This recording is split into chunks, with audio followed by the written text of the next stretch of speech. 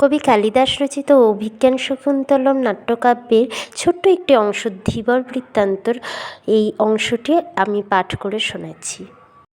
রাজা দুষ্যন্ত এবং শকুন্তলার বিবাহ এবং তারপরে দুর্বাসা মুনির সাবধান, এ সমস্ত সব কিছু আপনাদের জানা। তারপরে বলছি, এখানে চরিত্রগুলি হলো ধীবর, অর্থাৎ এখানে পুরুষ বলা হয়েছে, দুই রক্ষী সূচক এবং জানুক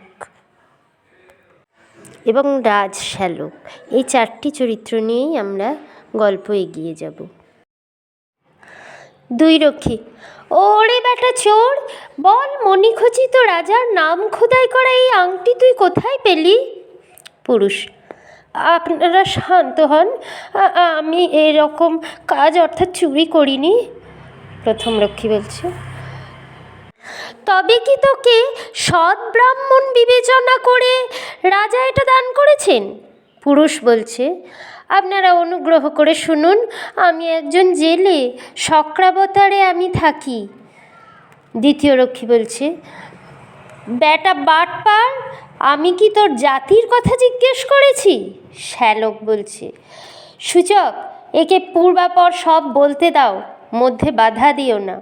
দুই রক্ষী: তা আপনি যা আদেশ করেন, বল কি বলছিলি?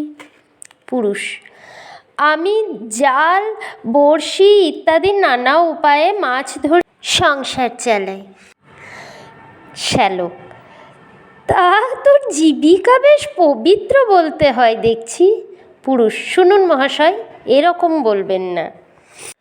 এরপর কি হলো জানতে হলে আমাকে কমেন্টের মাধ্যমে তোমরা সবাই জানাও গল্পটি তোমরা সম্পূর্ণ শুনতে চাও কি না, তাহলে আমি তোমাদের জানিয়ে দেব কোথায় কিভাবে তোমরা গল্পটি শুনতে পারবে।